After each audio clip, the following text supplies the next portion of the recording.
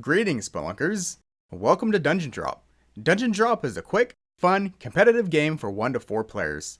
Players take turns exploring a randomly generated dungeon and using abilities to generate the most treasure to return to the queen and win the game.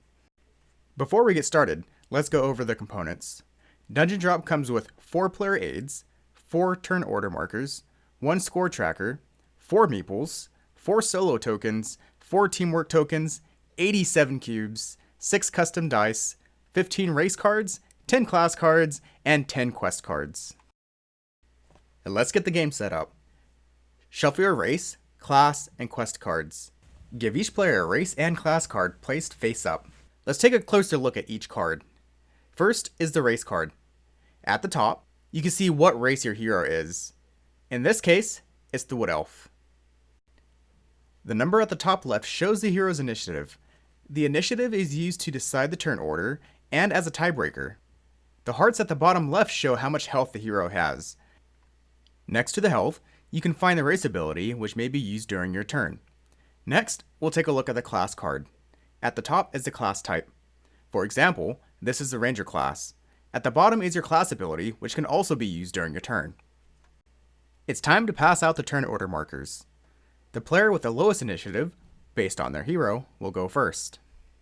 Now that we've learned about our hero, we can receive our first quest. Each player is given a quest card face down. Players may look at their own quest cards, however, they should keep them private until tallying up your score at the end of the game. Each quest shows how much each gem color is worth, and a bonus effect. It's time to drop the dungeon. Put all of the smaller cubes and the large red dragon cube into the dungeon drop box. The first player pours the cubes from 6 to 12 inches above your play area. The larger cubes are then placed into the box and are used throughout the game. Now that the dungeon's been laid out, let's go over the different cube types. Gold cubes, both large and small, are worth 1 point. Orange cubes, large and small, are keys used to unlock 1 chest. Chest cubes, or orange dice, are rolled for their value during scoring if you have a key to open them. Clear, blue, and pink translucent cubes are gems. Your quest determines how much each gem is worth. Purple cubes are health potions that allow you to recover 1 health.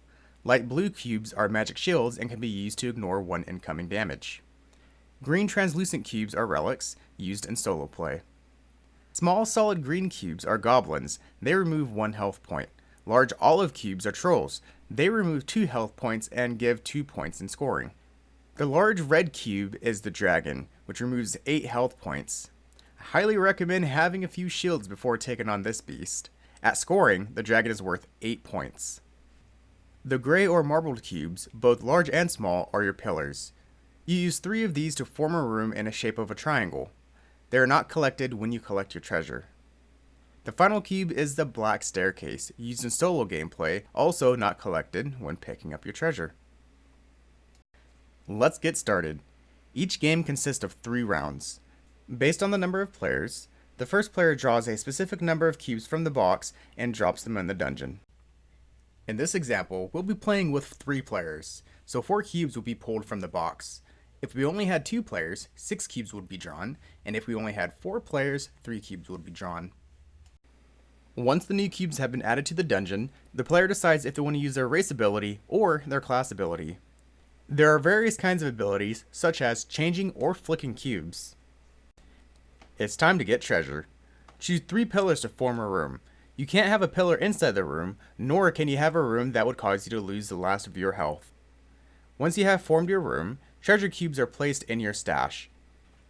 Goblins, trolls, and the dragon cube are placed over your hearts, appropriate to the amount of health they removed. When you've completed your turn, flip over your turn order marker to indicate it's the next player's turn.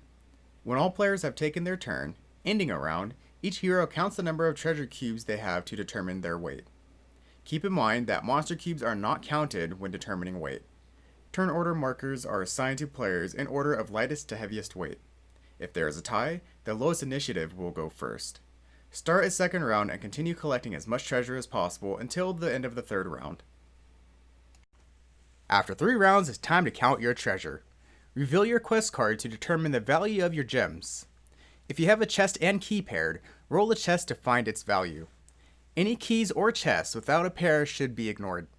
A full list of the cubes and their values can be found in the Dungeon Drop rulebook. Once you've gotten a feel for the standard competitive gameplay, we recommend playing the Heroic Teamwork game mode. This is a slightly adjusted mode, adding meeples and a way to score points from another player collecting treasure. Setup remains the same, however everyone is given a hero meeple and a matching score token is placed near the tracker card. You play through as you normally would, but before a player determines their room and collects treasures, the other players can put their meeples in the dungeon where they believe the active player will form a room. If your meeple is collected by the active player, you move your token on the tracker card up by 1. If your meeple was not collected, it doesn't move.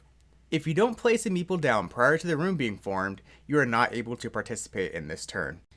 At the end of 3 rounds, while scoring your treasure, add 1 point for each place you moved on the tracker board. If you're interested in single player or alternative game modes, check out the Dungeon Drop website at phaseshiftgames.com/dungeondrop. On the website, you can also find information on Tinker's Toolkit. This is an amazing feature that allows players to homebrew a bit, creating their own classes, races, and quest cards, and even having the cards, custom meeples, and cubes printed by a game crafter to use in their own games. With so much gameplay in a tiny box, the treasure and opportunities are endless.